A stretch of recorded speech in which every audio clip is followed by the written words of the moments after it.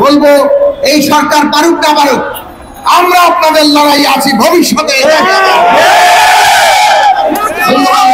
অন্তর্বর্তীকালীন সরকার, তাদের কাছে আমরা বলবো যে এইসব দাবিগুলো বিবেচনা করার জন্য কিভাবে বিবেচনা করবেন, করা যায় সেই পথ আপনারা বের করবেন।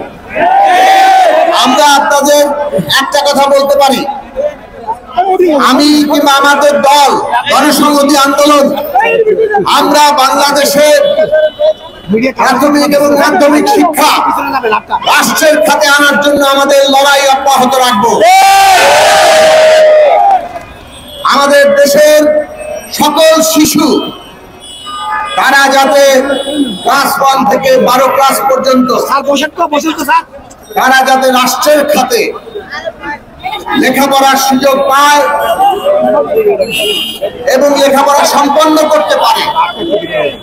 তারপরে যারা উচ্চ শিক্ষায় যাবে, সবাই তো উচ্চ শিক্ষা যাবে না, তাদের জন্য প্রয়োজনীয় প্রশিক্ষণ, দক্ষতা বৃদ্ধির উদ্যোগ নিতে হবে।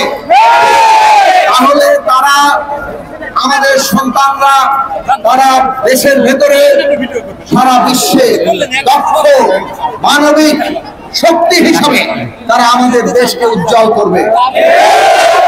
এটাই আমাদের দেশের উন্নতি আগামী দিনের পথ বলে আমরা মনে করি।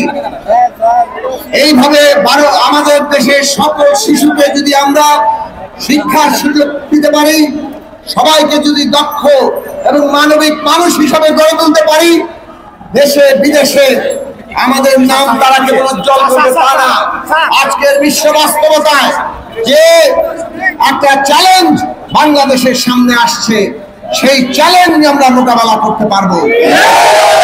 সেই কারণে শিক্ষার দায়িত্ব রাষ্ট্রের খাতে নিতে হবে।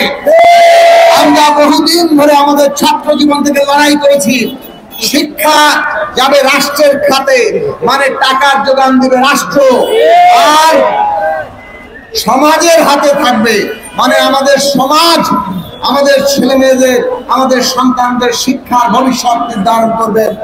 সমাজের হাতে, রাষ্ট্রের খাতে হচ্ছে শিক্ষা, বিশেষভাবে প্রাথমিক এবং মাধ্যমিক শিক্ষা। সেই ব্যবস্থা আমাদের করতে হবে। সেই জায়গা থেকেই আমরা আমাদের লড়াই চালিয়ে যাব। আমরা সরকারের কাছে আবেদন করব আপনাদের দাবি বিবেচনা করার জন্য। আমরা বলবো এই সরকার পারুক না পারুক, আমরা আপনাদের লড়াই আছি ভবিষ্যতে।